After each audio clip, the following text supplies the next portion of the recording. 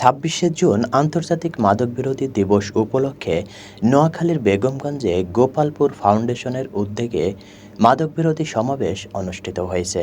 বৃহস্পতিবার বিকেলে গোপালপুর সরকারি প্রাথমিক বিদ্যালয় মাঠে আয়োজিত এ সমাবেশে সভাপতিত্ব করেন ফাউন্ডেশনের আহ্বায়ক ইঞ্জিনিয়ার মোহাম্মদ নূর নবী।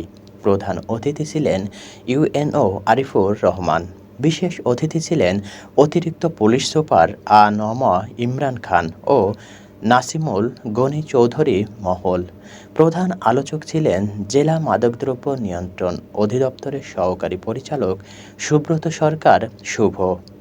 এছাড়াও বক্তব্য রাখেন ওসি লিটন দেওয়ান, সাংবাদিক মানিক ভূঁইয়া, মিজানুর রহমান, চেয়ারম্যান মোশাররফ হোসেন মিন্টু প্রমুখ। বক্তারা মাদকের ভয়াবহতা তুলে ধরে সামাজিক সচেতনতার মাধ্যমে প্রতিরোধ গড়ে তোলার আহ্বান জানান।